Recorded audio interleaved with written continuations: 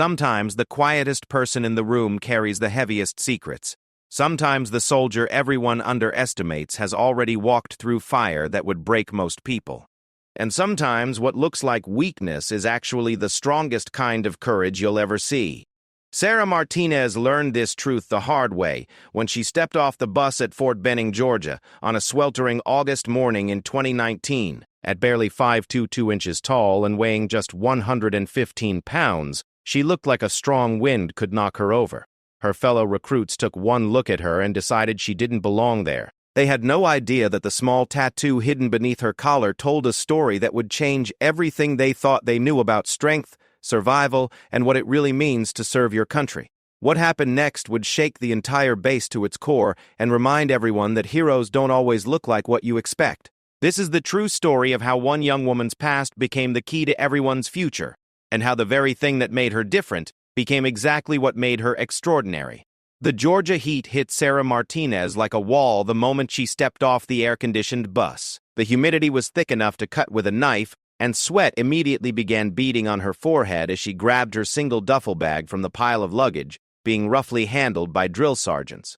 Around her, dozens of other young recruits were doing the same, but Sarah felt utterly alone in the crowd.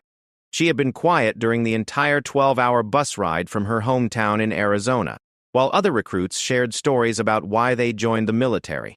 Sarah kept to herself, staring out the window and thinking about the letter she had left on her kitchen table. A letter that her neighbors would find when they came looking for her. A letter that explained why she had to leave, why she couldn't stay in that small desert town anymore, and why the military was her only escape from a past that threatened to destroy her.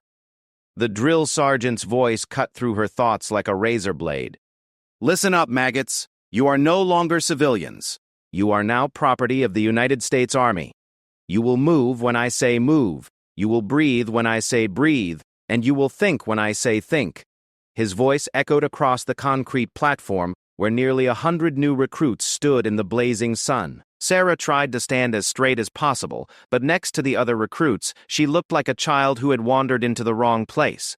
The young man to her right was at least 6 feet tall and looked like he could bench press a car. The woman to her left had arms like tree trunks and a jaw that could crack walnuts. Everyone seemed bigger, stronger, and more confident than Sarah felt. As they were herded toward the processing building, she caught snippets of conversation from the recruits around her. "Did you see that tiny girl? She'll be gone by the end of the week," another voice chimed in. "I give her 3 days, max. This ain't no summer camp." Sarah's cheeks burned with embarrassment, but she kept walking. She had heard worse things said about her before, much worse. The comments from strangers were nothing compared to the words that had been thrown at her by people who were supposed to love and protect her. She touched the high collar of her shirt unconsciously, making sure it was still properly covering the small tattoo at the base of her neck. The processing building was a maze of lines, paperwork, and medical examinations. Sarah was shuffled from station to station along with everyone else, getting her head shaved, receiving her uniforms, and filling out endless forms. At the medical station, a tired-looking army medic barely glanced at her as he went through the routine examination. "Any tattoos?" he asked, not looking up from his clipboard. Sarah hesitated for a moment. "Yes, sir. One small one." "Where?" "Base of my neck, sir." The medic made a note without asking to see it. Tattoos were common among recruits, and as long as they weren't offensive or in forbidden locations, they weren't a problem. He had no way of knowing that Sarah's tattoo wasn't just body art. It was a symbol. A mark that carried more weight than anyone in that building could possibly understand. After processing, the recruits were assigned to their barracks. Sarah found herself in a building with 30 other women, all of whom seemed to know exactly what they were doing, while Sarah felt lost and overwhelmed. Her assigned bunk was in the middle of the bay, surrounded by women who had already begun forming friendships and alliances.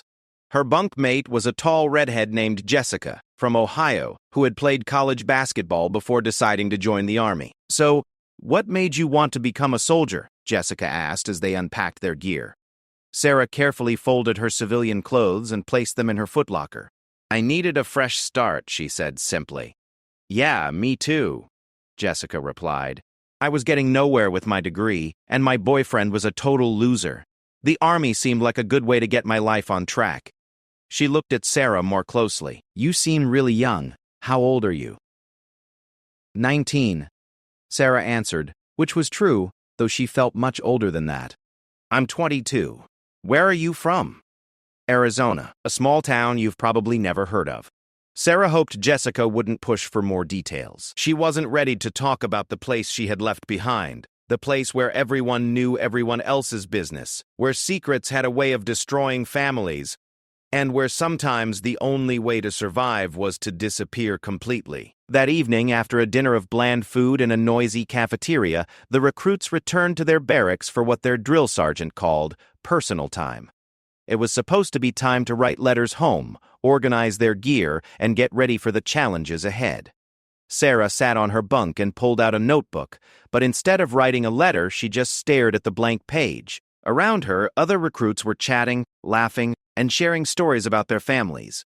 Sarah listened but didn't participate. She heard about loving parents who were proud of their children's decision to serve, about siblings who looked up to them, about high school sweethearts who promised to wait for them. Sarah had none of these things to share. "What about you, Sarah?" asked a woman named Maria from the bunk across from her. "Who are you writing to?" Sarah looked up, realizing that she had been sitting with her pen hovering over the blank paper for several minutes. "No one special," she said quietly. "Come on, everybody's got somebody," Maria pressed. "Parents? Boyfriend? Best friend?" Sarah felt the familiar knot forming in her stomach.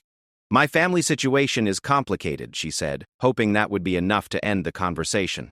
But Maria wasn't easily deterred. "Complicated how? Divorced parents? Overprotective dad? Crazy ex-boyfriend?" Several other recruits had stopped their own activities to listen to the conversation. Sarah felt their eyes on her and wished she could just disappear.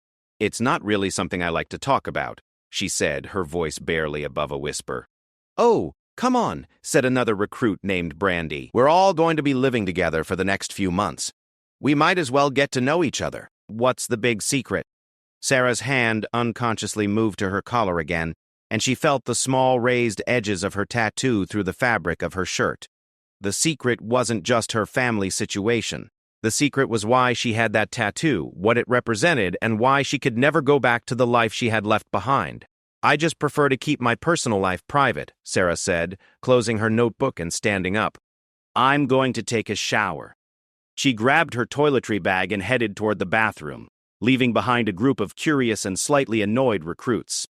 She could hear them whispering as she walked away, probably speculating about what she was hiding and why she was being so secretive. In the shower, Sarah let the lukewarm water wash over her and tried to prepare herself for the weeks ahead. She had known that military training would be physically demanding, but she hadn't fully considered how challenging it would be to live in such close quarters with so many people. In her small hometown, she had learned to blend into the background, to avoid drawing attention to herself. Here, there was nowhere to hide. As she dried off and got ready for bed, Sarah caught a glimpse of herself in the mirror above the sink. Her newly shaved head made her look even smaller and more vulnerable than usual. But more importantly, it made the small tattoo at the base of her neck more visible. She would have to be very careful about keeping it covered. The tattoo was small, no bigger than a quarter, and to most people it would look like nothing more than an abstract design. But Sarah knew exactly what it was, and she knew that if the wrong person ever saw it and understood its meaning, her new life in the military could be over before it ever really began. Back in the barracks, the lights had been turned off and most of the recruits were settling down for the night. Sarah climbed into her narrow bunk and pulled the thin blanket up to her chin. Around her, she could hear whispered conversations, quiet crying from homesick recruits, and the sounds of people trying to get comfortable in an uncomfortable place. Jessica leaned over from the top bunk. "Hey," she whispered, "don't let Maria get to you. She means well, but she's kind of nosy. You don't have to share anything you don't want to." "Thanks," Sarah whispered back, surprised by the kindness in Jessica's voice. "We all have reasons for being here," Jessica continued. "Some of them are easier to talk about than others. You'll find your place. Just give it time." As Sarah lay in the darkness listening to the sounds of the barracks settling down for the night, she thought about Jessica's words. She wanted to believe that she would find her place here, that she could start over and build a new life. But she also knew that the past had a way of catching up with people. no matter how far they ran or how well they tried to hide. The tattoo on her neck was proof of that. It was a reminder of things she wanted to forget, of people she needed to stay away from, and of a life that had nearly destroyed her.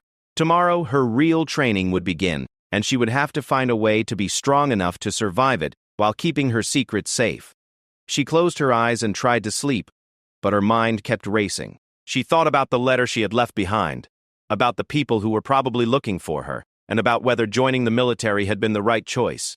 She thought about the small town where she had grown up, where everyone knew everyone else's business, where her family's reputation had been destroyed by secrets and lies. Most of all, she thought about the events that had led her to get the tattoo in the first place. Events that had changed everything about her life and forced her to make choices that 19-year-old girls should never have to make. Events that had taught her what real courage looked like, even when that courage came with a terrible price.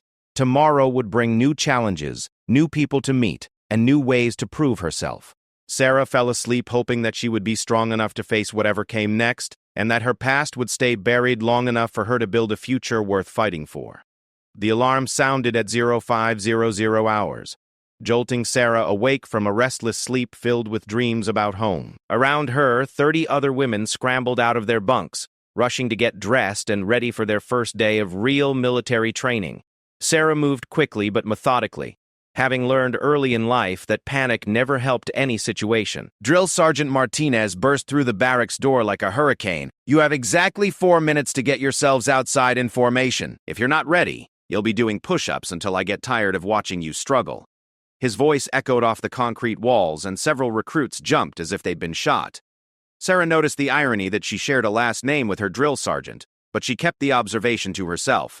She had learned long ago that drawing any kind of attention, even positive attention, was usually a mistake.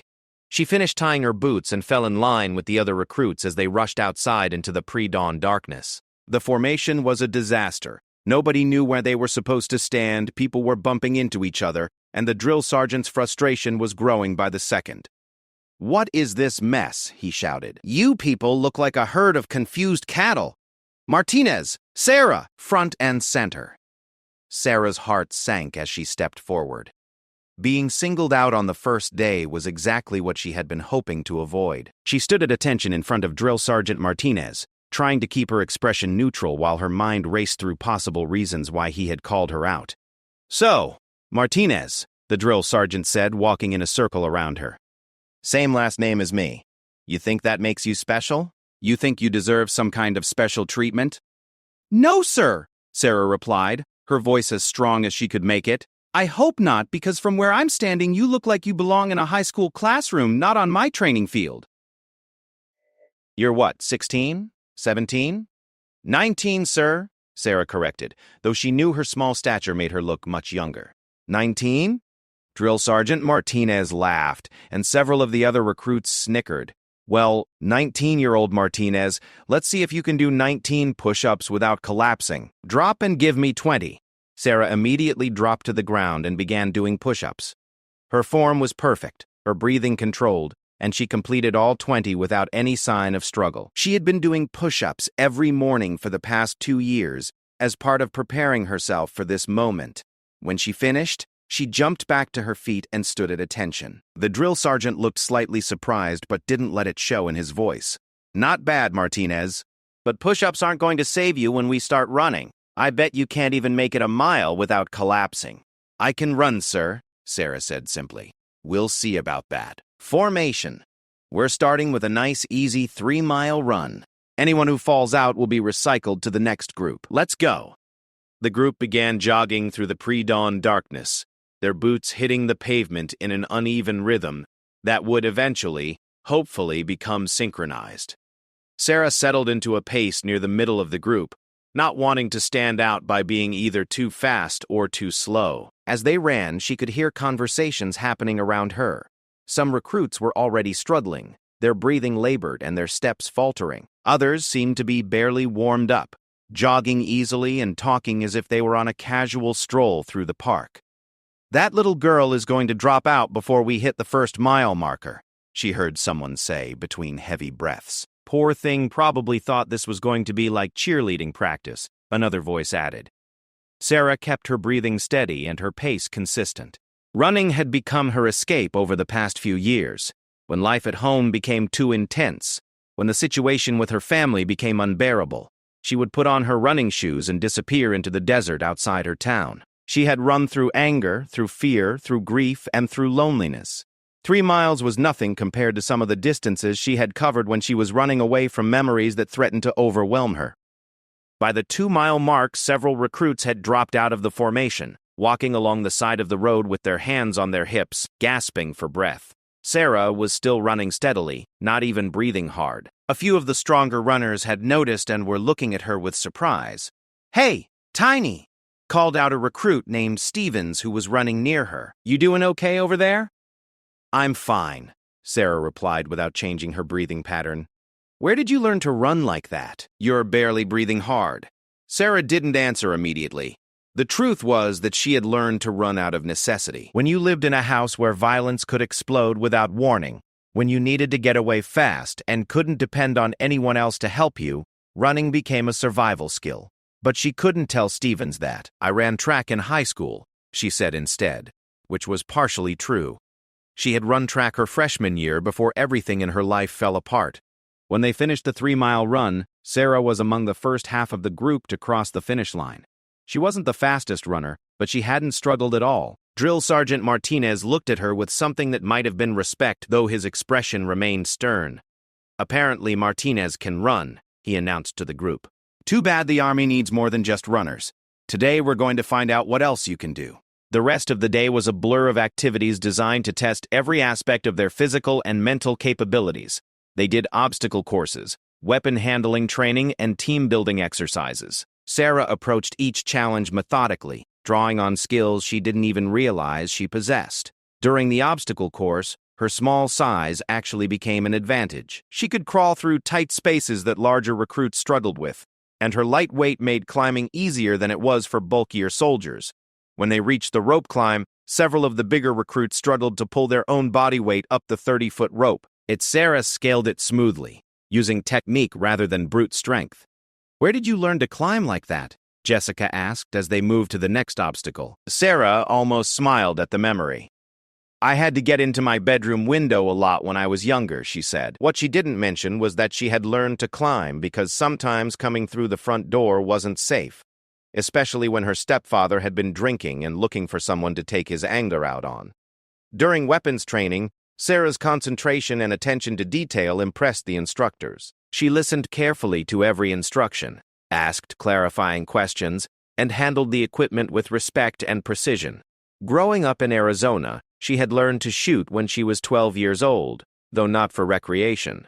Her mother's second husband had insisted that everyone in the house know how to defend themselves, though Sarah had later realized that the real danger wasn't from strangers breaking in. "Martinez has good form," the weapons instructor commented to Drill Sergeant Martinez during the training session. "Natural shooter. Steady hands, good focus." But despite her success with the physical challenges, Sarah continued to struggle with the social aspects of military life. During mealtimes, she sat quietly and ate quickly, avoiding the conversations happening around her. When other recruits shared stories about their families or their reasons for joining the Army, Sarah found excuses to be somewhere else. The problem wasn't that the other recruits were unfriendly. Many of them tried to include her in conversations and activities. The problem was that Sarah didn't know how to be part of a group without revealing things about herself that needed to stay hidden. Every question about her background, every casual inquiry about her family, every invitation to share a story felt like walking through a minefield.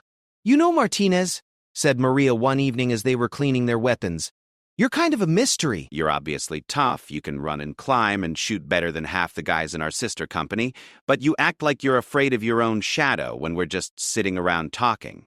Sarah concentrated on cleaning her rifle, running the cloth through the barrel with careful precision. "I'm just not much of a talker," she said, "but don't you miss your family? Don't you want to share stories about home? We've been here 2 weeks, and I don't think any of us know anything about you except your name and the fact that you can outrun most of us." Sarah's hand stilled for a moment, and she felt the familiar tightness in her chest that came whenever anyone asked about her family. The truth was that she did miss her family, Or at least she missed what her family could have been. She missed her little brother, who was probably wondering why she had left without saying goodbye.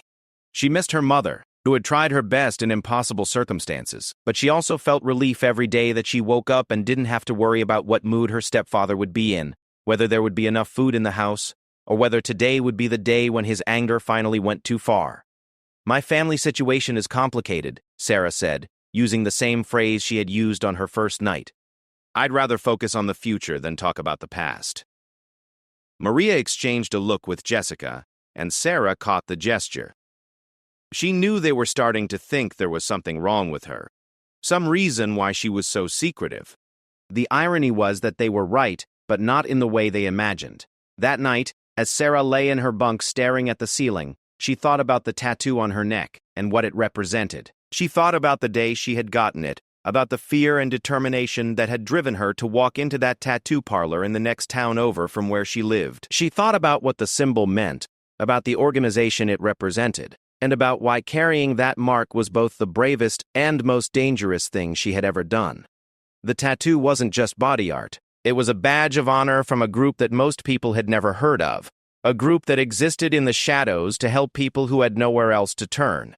Sarah had become part of that group, not by choice, but by necessity, when her own life had been threatened and the official channels had failed to protect her. Getting the tattoo had been part of the initiation process, but it had also been a promise that she would help others who found themselves in similar situations, that she would be part of a network of people who understood what it meant to survive in impossible circumstances. The small symbol on her neck connected her to women across the country who had faced similar challenges and found ways to fight back.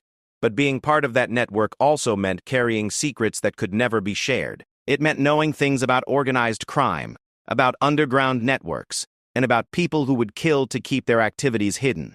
Sarah had left her hometown not just to escape her own situation, but because staying there would have put other people in danger. The next morning brought new challenges and new opportunities to prove herself. During hand-to-hand combat training, Sarah's size continued to work against her in obvious ways, but her instructors noticed that she had an unusual understanding of defensive techniques. She knew how to fall without getting hurt, how to break free from holds, and how to use an attacker's momentum against them. "Where did you learn moves like that, Martinez?" asked Sergeant Williams, the hand-to-hand combat instructor. "Self-defense classes," Sarah answered, which was technically true, though those classes hadn't been held in a gym or a community center. They had been held in abandoned warehouses and empty parking lots, taught by women who had learned the hard way that sometimes the only person you could depend on to save your life was yourself. As the days passed, Sarah continued to excel at the physical aspects of training while struggling with the social elements. She was developing a reputation as someone who was competent and reliable, but also mysterious and possibly troubled. Some recruits admired her abilities, others were suspicious of her secrecy, and a few were starting to actively dislike her for reasons they couldn't quite articulate. The tension came to a head during the third week of training, when a recruit named Davidson decided to confront Sarah directly about what he saw as her attitude problem. "What's your deal, Martinez?" Davidson said loudly during dinner, making sure everyone in their section of the cafeteria could hear. "You think you're better than the rest of us? Too good to talk to people? Too good to be part of the team?" Sarah looked up from her meal, which she had been eating in silence as usual. Davidson was a big guy from Texas who had played football in high school and seemed to think that gave him some kind of authority over smaller recruits. "I don't think I'm better than anyone," Sarah said quietly.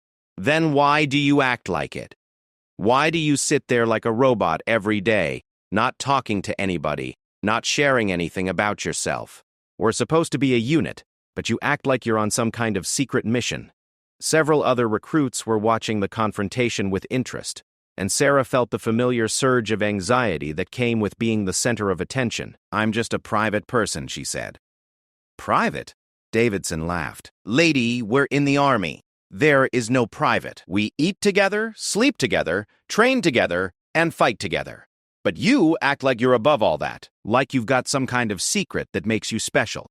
Sarah's hand moved unconsciously toward her collar, and Davidson caught the gesture. "What's that about?" he said, his voice getting more aggressive. "You keep touching your neck like that." "What are you hiding under there?" Some kind of gang tattoo? Prison ink? The cafeteria had gotten quieter, and Sarah realized that more people were listening to the conversation than she had thought. She felt trapped, cornered in a way that brought back memories she didn't want to revisit. "It's nothing," she said. "If it's nothing, then show us," Davidson pressed. "Come on, Martinez. Stop being so mysterious and just show us what you're hiding." Sarah stood up slowly, her meal only half finished. She could feel the weight of dozens of pairs of eyes on her, and she knew that whatever she said next would determine how the rest of her training experience went. She could try to deflect, make up some story about the tattoo, or continue to refuse to discuss it. But any of those choices would only make the situation worse. "Some things are private for good reasons," Sarah said, her voice steady despite the turmoil she felt inside. "And sometimes respecting someone's privacy is more important than satisfying your curiosity." Davidson stood up as well, and Sarah realized that he was at least a foot taller than her and probably outweighed her by 80 pounds. "You know what I think, Martinez? I think you're hiding something that could affect all of us. I think you're some kind of security risk, and I don't want to serve alongside someone I can't trust." The accusation hung in the air like a bomb waiting to explode. Sarah knew that if Davidson's suspicions spread, if other recruits started to question her background and her loyalty, her military career could be over before it began. And if that happened, she would have to return to a life that no longer existed, to a town where people who wanted to hurt her were probably still looking for her. She looked around the cafeteria at the faces watching her, some curious, some concerned, some hostile. These people were supposed to become her brothers and sisters in arms, but right now they felt like strangers who might turn against her at any moment. Sarah realized that she had reached a crossroads. She could continue trying to hide her past and hope that no one dug too deeply into her background, or she could find some way to build trust without revealing secrets that could destroy everything she was trying to build. The choice she made in the next few moments would determine not just her future in the military, but whether she would ever be able to truly belong anywhere. Sarah looked directly at Davidson, her brown eyes steady despite the fact that her heart was racing. The entire cafeteria seemed to be holding its breath, waiting to see how this confrontation would play out. She could walk away, try to defuse the situation, or continue to deflect his questions. But something deep inside her, something that had been building for weeks of isolation and suspicion, finally snapped. "You want to know what I'm hiding?" Sarah said, her voice calm but carrying an edge that made Davidson take a step back. "You think I'm some kind of security risk because I don't share every detail of my personal life with strangers?" Davidson crossed his arms. "Yeah, I do. Normal people don't act like you do. Normal people don't have secrets that they guard like state secrets." Sarah almost laughed at the irony of his words. If only he knew how close to the truth he was. "You're right about one thing, Davidson. I'm not normal. But not for the reasons you think." Before Davidson could respond, Drill Sergeant Martinez appeared beside their table, as if he had materialized out of thin air. "Is there a problem here, recruits?" Both Sarah and Davidson snapped to attention. "No, sir," Davidson said quickly. "Yes, sir," Sarah said at the same time, earning surprised looks from the recruits around them. Drill Sergeant Martinez looked between them, his expression unreadable. "Martinez, Sarah. Davidson, James. My office. Now. The rest of you, finish your meals and get ready for evening training." The drill sergeant's office was a small, sparse room with metal furniture and motivational posters on the walls. Sarah and Davidson stood at attention while Drill Sergeant Martinez sat behind his desk, looking at them with the expression of a man who had dealt with thousands of recruit conflicts over the years. "Sit down, both of you," he said finally. "Davidson, you first. What's your problem with Martinez?" Davidson shifted uncomfortably in his chair. "Sir, I think Private Martinez is hiding something that could affect unit cohesion and possibly security. She won't talk about her background, she doesn't participate in normal social activities, and she acts suspicious whenever anyone asks her personal questions." Drill Sergeant Martinez looked at Sarah. "Is that accurate, Martinez?" "Partially, sir," Sarah replied. "I am private about my personal life. But I haven't done anything to compromise security or unit cohesion. I complete all my training requirements, I follow all orders, and I don't cause problems for other recruits." "But you don't make friends either," Davidson interjected. "You don't trust anybody, and that makes it hard for anybody to trust you." Drill Sergeant Martinez held up a hand to silence Davidson. "Martinez, I've been watching you for 3 weeks. Your performance has been exemplary in every measurable way. Your scores are in the top 10% of your class, your attitude is professional, and your instructors have nothing but positive things to say about your work ethic. He paused and looked directly at her. But Davidson isn't entirely wrong. You do keep to yourself in a way that's unusual even for recruits who are naturally introverted. Sarah felt the familiar knot forming in her stomach. She had hoped that her performance would speak for itself, that she could earn acceptance through competence rather than personal connections. But it seemed that wasn't going to be enough. Sir, some people have backgrounds that are difficult to discuss, Sarah said carefully. That doesn't make them untrustworthy. It just makes them private. What kind of background? Drill Sergeant Martinez asked. Sarah hesitated. She had prepared for this moment, knowing that eventually someone would ask direct questions that she couldn't deflect. But she hadn't expected it to happen so soon, or in front of someone like Davidson, who was clearly looking for reasons to doubt her. Sir, my family situation was complicated. There were some safety issues that required me to leave my hometown. I joined the Army partly to start over, and partly because I needed to be somewhere where my past couldn't follow me. Davidson leaned forward. Safety issues? What kind of safety issues? Are you running from the law? Gang problems? Drug debts? No, Sarah said firmly.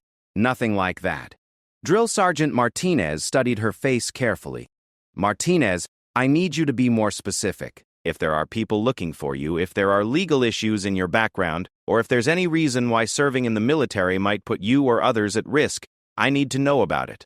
Sarah felt trapped between the need to protect her secrets and the need to maintain her position in the Army. She looked at Davidson, who was watching her with suspicious eyes, and then at Drill Sergeant Martinez, who seemed genuinely concerned rather than hostile. She made a decision that would change everything. Sir, I was part of a witness protection situation. Unofficial witness protection. There was a domestic violence case involving organized crime connections, and I had information that certain people didn't want to become public. The situation became dangerous enough that I had to leave everything behind and start over somewhere new. The room went completely silent. Davidson's expression changed from suspicion to shock, and Drill Sergeant Martinez leaned back in his chair, processing what she had told him. Are you telling me that you're in hiding from organized crime? Drill Sergeant Martinez asked. Not exactly, sir. The immediate danger has passed, but my identity was compromised in my hometown. I needed to disappear and build a new life somewhere else. The military seemed like the best way to do that while also serving my country. Davidson looked confused. But witness protection is handled by the federal government. They relocate people and give them new identities. Why would you have to do it unofficially? Sarah took a deep breath. This was the part of the story that she had hoped never to have to tell. The part that would reveal just how complicated her background really was. The official channels failed, sir. The case never went to trial because key witnesses disappeared or recanted their testimony. The people involved were never prosecuted, but they knew that I had information that could still hurt them if it ever became public. What kind of information? Drill Sergeant Martinez asked.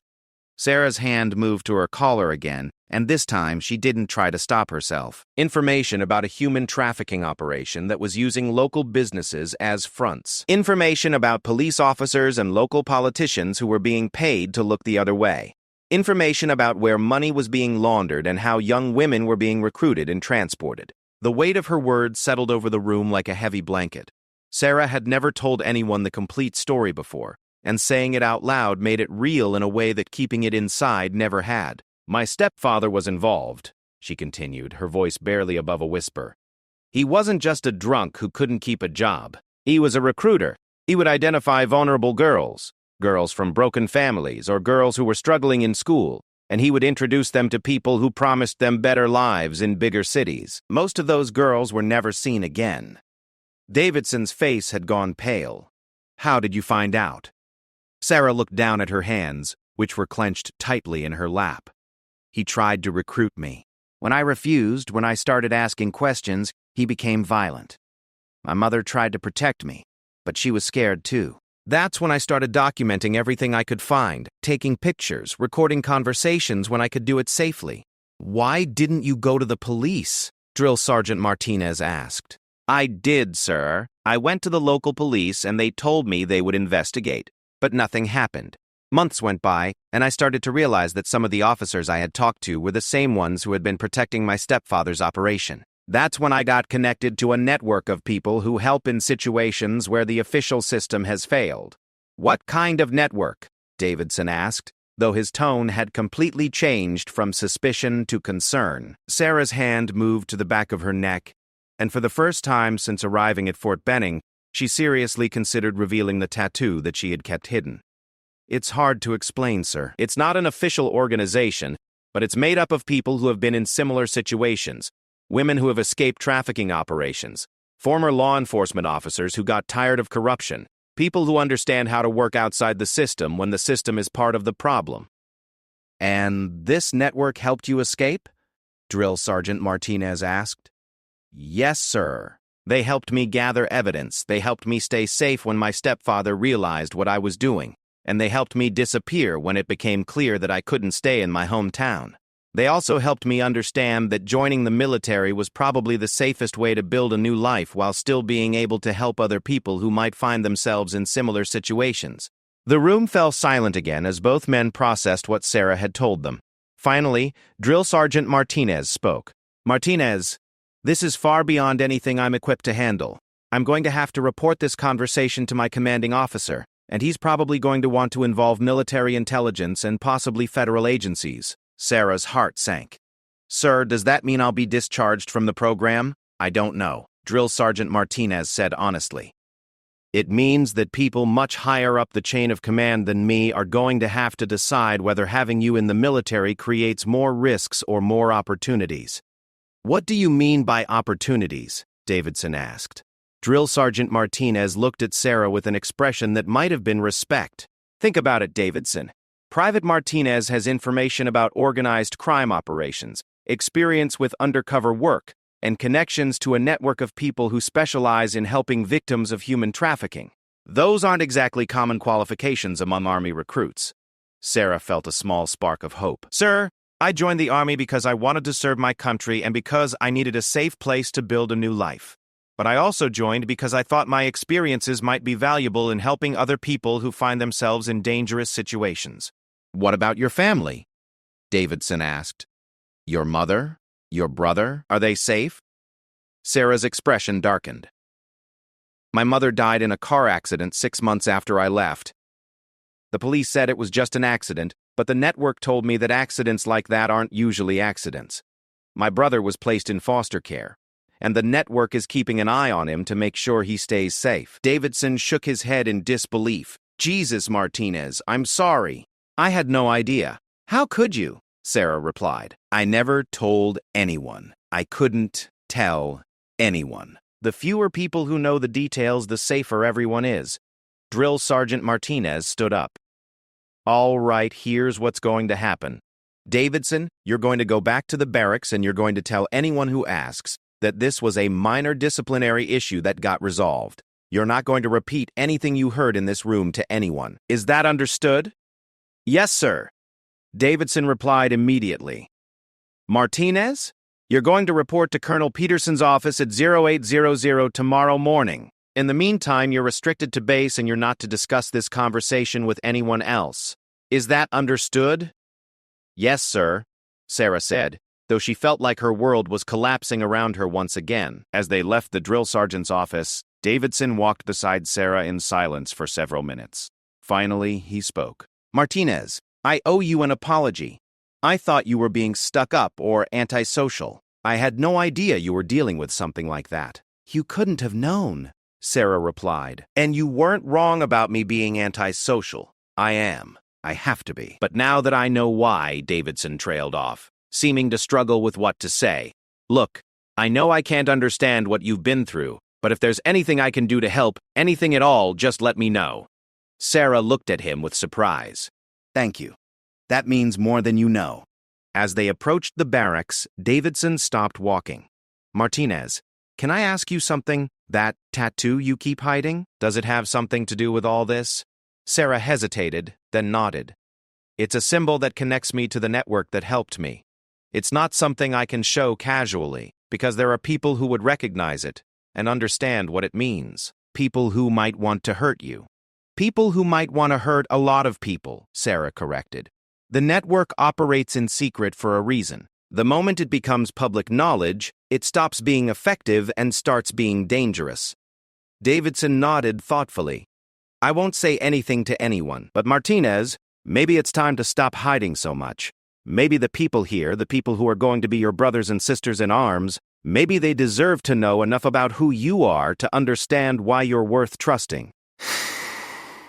As Sarah lay in her bunk that night, staring at the ceiling and listening to the quiet sounds of the barracks, she thought about Davidson's words.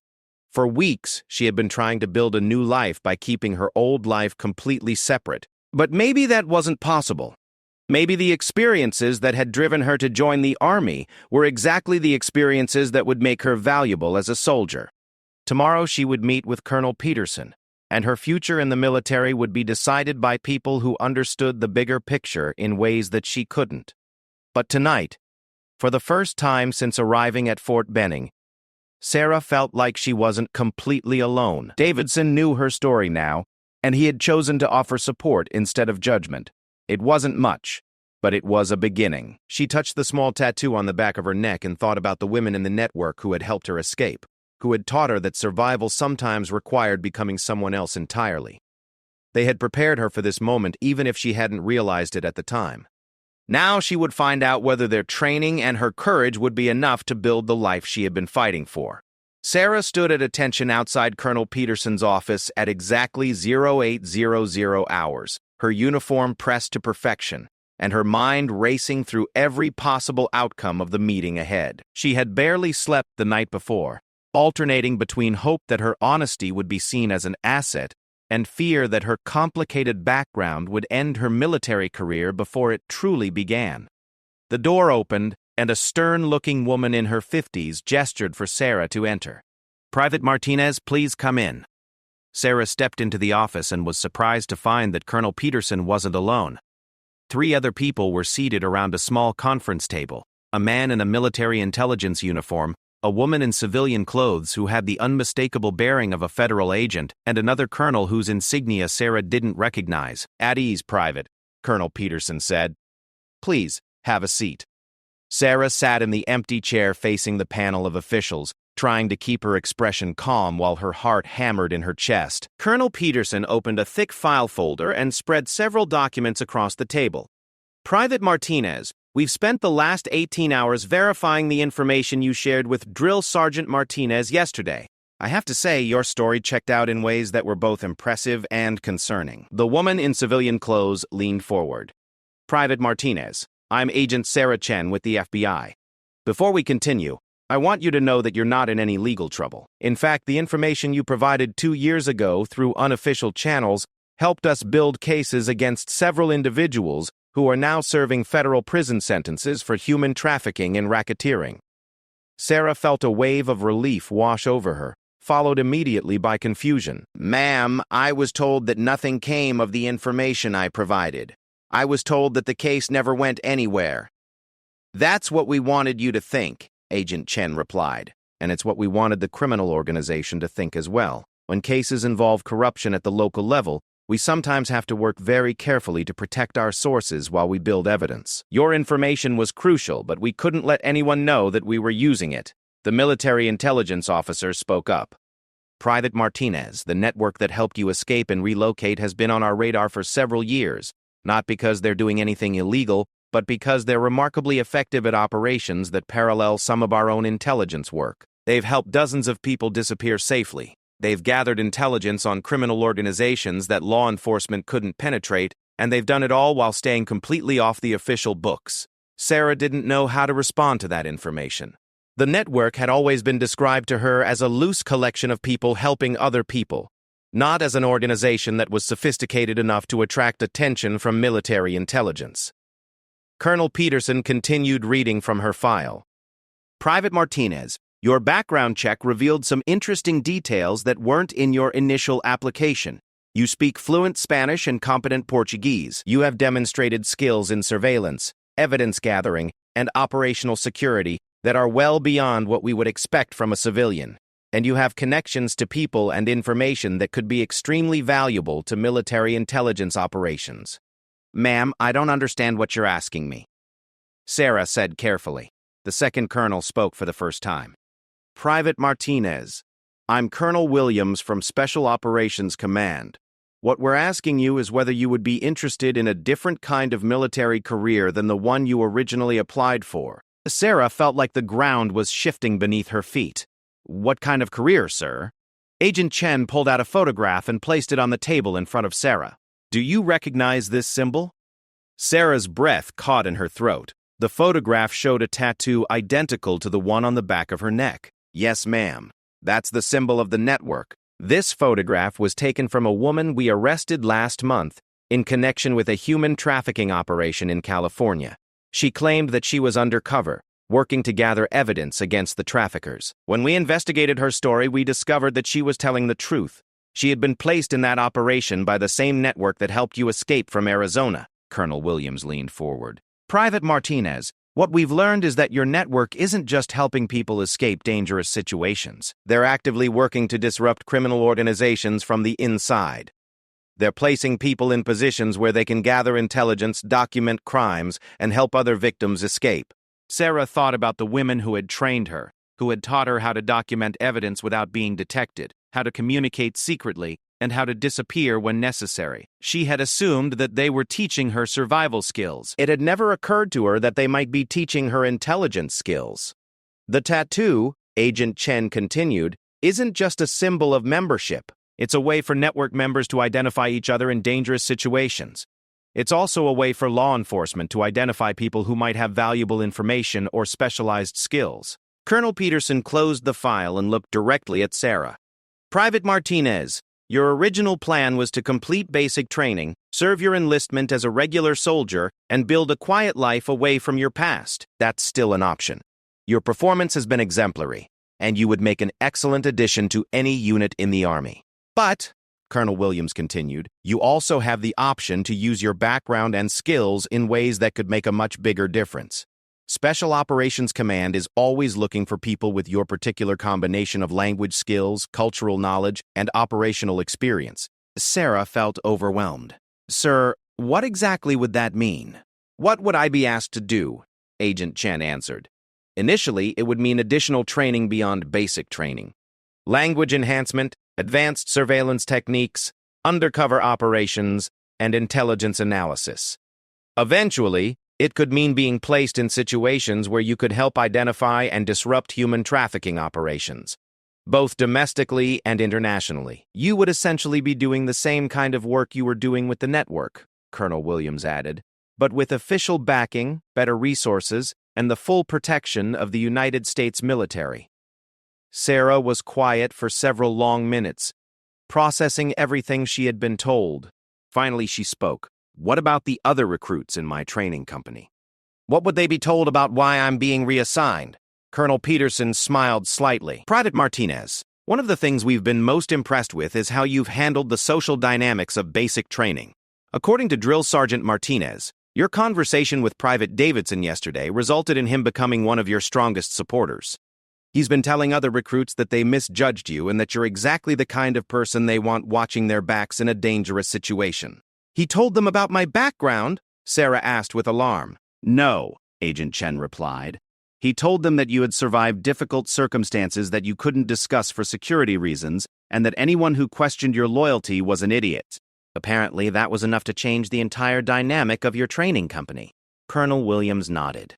Private Martinez, one of the most important skills in special operations is the ability to earn trust and build rapport with people who initially view you with suspicion. You've already demonstrated that ability under extremely challenging circumstances.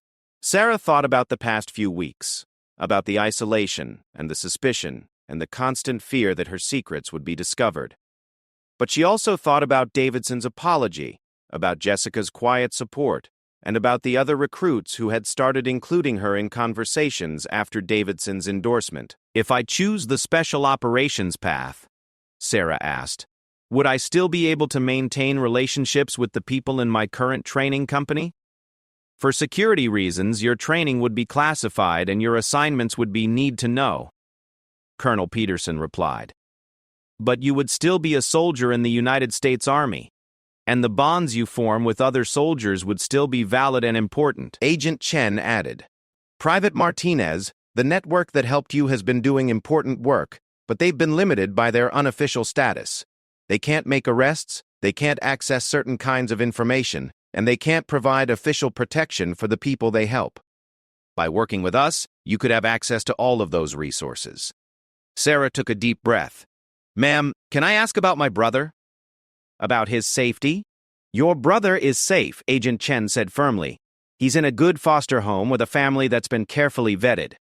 The network is still monitoring his situation, and now we are too. If you choose to work with us, we can provide additional protection and resources to ensure that he continues to be safe.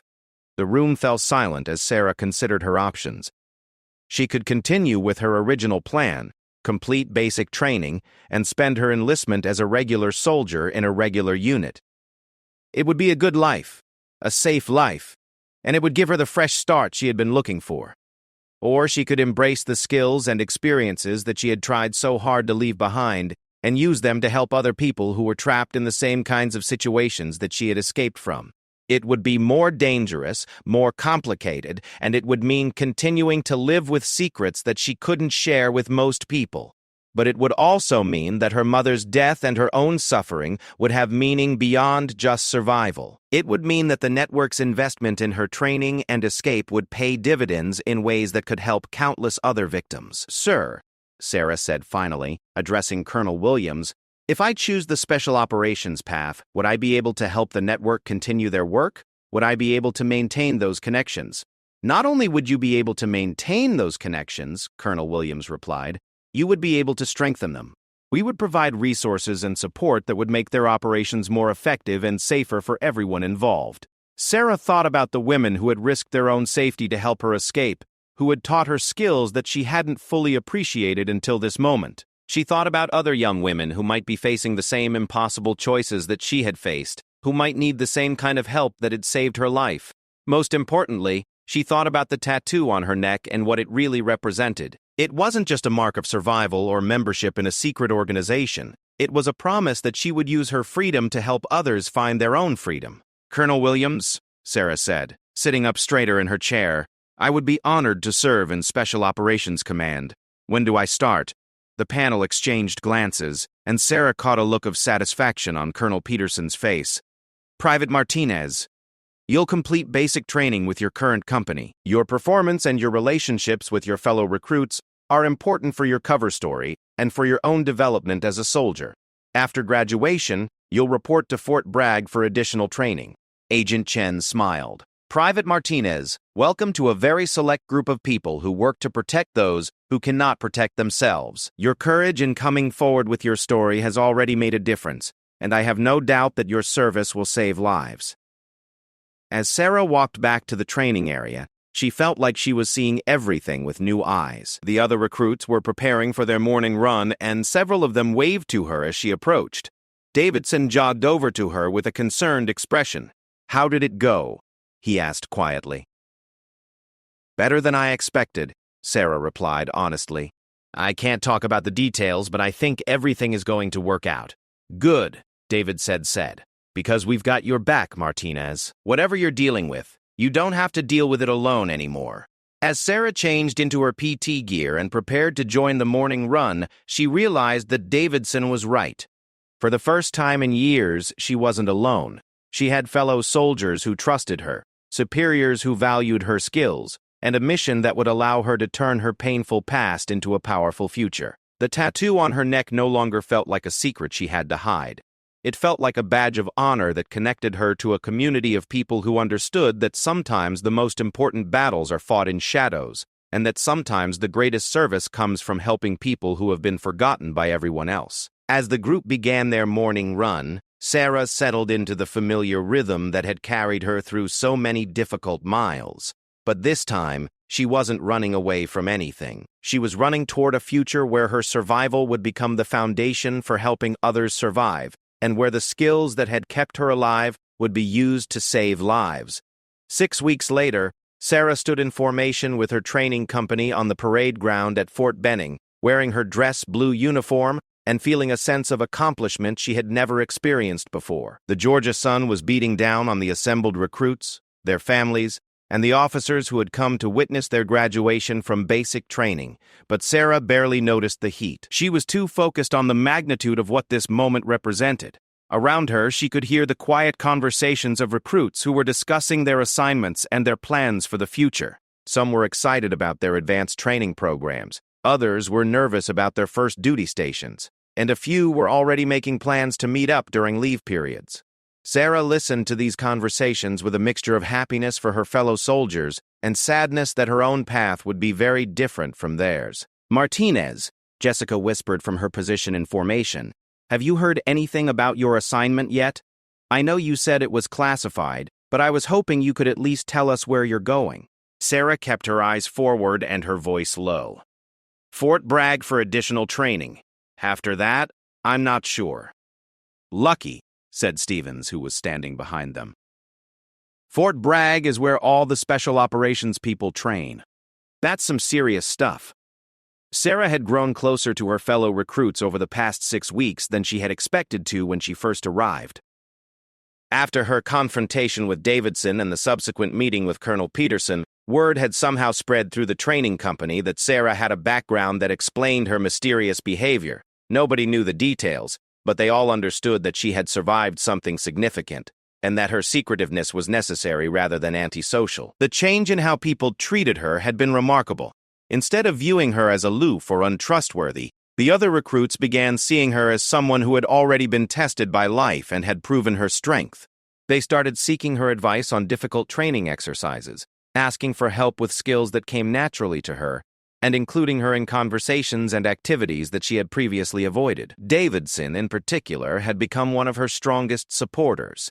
He had never asked for additional details about her background, but he had made it clear to everyone in their unit that anyone who questioned Sarah's loyalty or commitment would have to answer to him. Coming from someone of his size and presence, that endorsement carried significant weight. "Attention!" called out the sergeant major, and the entire formation snapped to attention as Colonel Peterson and the other graduation speakers took their positions on the platform in front of the assembled recruits. As the ceremony began, Sarah thought about how much her life had changed since that first day when she stepped off the bus feeling lost and alone. She had not only survived basic training, but she had excelled in ways that had surprised even her. More importantly, she had learned that it was possible to build trust and friendship without revealing every detail of her past. The key had been finding the balance between privacy and openness. She couldn't tell people about the network, about her stepfather's criminal activities, or about the specific circumstances that had forced her to leave home. But she could tell them that she had survived difficult circumstances, that she was committed to serving her country, and that she valued their friendship even if she couldn't share everything about herself. Colonel Peterson stepped up to the microphone to address the graduating class. "Soldiers," she began, "today marks the end of your transformation from civilians to members of the United States Army. You have proven that you have the physical strength, mental toughness, and moral character necessary to serve your country with honor." Sarah listened to the colonel's words and thought about the conversations she had had with Agent Chen and Colonel Williams over the past several weeks. They had briefed her on some of the missions she might be asked to participate in, and the scope of the work was both exciting and intimidating. She would be working to identify and disrupt human trafficking operations, but she would also be involved in broader counterintelligence operations that could take her anywhere in the world. "Some of you will serve in traditional military roles," Colonel Peterson continued, "providing security, support, and defense for American interests around the globe. Others will serve in specialized roles that require unique skills and exceptional dedication. All of you will serve with honor." As the colonel spoke about service and sacrifice, Sarah's hand unconsciously moved to the back of her neck, where her tattoo remained hidden beneath her uniform collar. In a few hours, she would be leaving Fort Benning and reporting to Fort Bragg for training that would prepare her for missions she couldn't have imagined when she first decided to join the Army. But more importantly, she would be connecting with the network in official ways that would provide them with resources and support they had never had before. Agent Chen had explained that Sarah would serve as a liaison between the network and federal law enforcement, helping to coordinate operations and share intelligence in ways that would make both organizations more effective. "Private Martinez," Colonel Peterson called out, and Sarah realized that individual awards were being presented. She stepped forward as her name was called, wondering what kind of recognition she could possibly be receiving. Private Sarah Martinez has demonstrated exceptional performance in all areas of basic training, Colonel Peterson announced as Sarah stood at attention in front of the entire formation. Her scores in physical fitness, weapons training, and leadership exercises place her in the top 5% of her class. More importantly, she has demonstrated the kind of moral courage and personal integrity that exemplifies the best traditions of the United States Army. Sarah felt her cheeks burning as applause erupted from the assembled crowd. This was exactly the kind of attention she had spent her entire life trying to avoid, but she realized that this attention was different. This was recognition for her accomplishments and her character, not scrutiny of her background or her secrets. Private Martinez will be continuing her service with specialized training at Fort Bragg, Colonel Peterson continued. We are confident that she will continue to serve with the same distinction that has marked her basic training experience. As Sarah returned to her position in formation, she caught Davidson's eye and saw him grinning at her with obvious pride. Jessica gave her a thumbs up, and several other recruits nodded approvingly. These people had become her friends and her comrades, and their support meant more to her than any official recognition. After the ceremony concluded and families began gathering with their newly graduated soldiers, Sarah found herself surrounded by her fellow recruits who wanted to congratulate her and say goodbye. She had expected this moment to be awkward, since she had no family present and her future assignments were classified, but instead it felt like a celebration. "Martinez," Davidson said, pulling her into a bear hug that lifted her off the ground, "you better keep in touch. I want to hear about all the cool stuff you'll be doing, even if you can't tell me what it is." "I'll try," Sarah replied, surprised by how emotional she felt about saying goodbye to these people who had started as strangers and had become something like family. Jessica approached with tears in her eyes. "I'm going to miss having you as a roommate," she said. "You taught me that quiet people aren't always hiding something bad. Sometimes they're just carrying something heavy." As the goodbyes continued, Sarah realized that she had learned something important about herself during basic training. She had always believed that her survival depended on staying invisible, on avoiding connections that could be used against her or that could put other people in danger. But she had discovered that it was possible to form meaningful relationships while still maintaining necessary boundaries. Later that evening, as Sarah packed her gear for the trip to Fort Bragg, she found a letter that had been slipped into her footlocker. It was from Davidson, and it contained a simple message. "Martinez, whatever you survived before you came here made you stronger than most people will ever be. Don't forget that strength comes from surviving the hard stuff, not from avoiding it. Your friends in Alpha Company will always have your back." The next morning, Sarah boarded a bus bound for North Carolina, carrying her military gear and a sense of purpose that she had never felt before. As the bus pulled away from Fort Benning, she looked out the window at the training grounds where she had spent the past several months discovering what she was capable of. Her phone buzzed with a text message from a number she didn't recognize. "Welcome to the team, sister. Your real training starts now." Sarah knew the message was from someone in the network, someone who was connected to the operations she would be joining at Fort Bragg. She typed back a simple response, "Ready to serve." The bus ride to Fort Bragg gave Sarah time to think about the journey that had brought her to this point. 2 years ago, she had been a scared teenager trapped in an impossible situation, with no clear way out and no one to turn to for help. The network had given her an escape route and taught her skills she didn't know she possessed. The Army had given her a purpose and shown her that her painful experiences could become valuable assets. Most importantly, the past few months had taught her that it was possible to honor her commitments to the network while also building new relationships and serving new causes. She didn't have to choose between her past and her future. She could integrate them in ways that made both more meaningful. When the bus arrived at Fort Bragg, Sarah was met by a woman in civilian clothes who introduced herself as Agent Martinez. "Different Martinez," the woman said with a smile.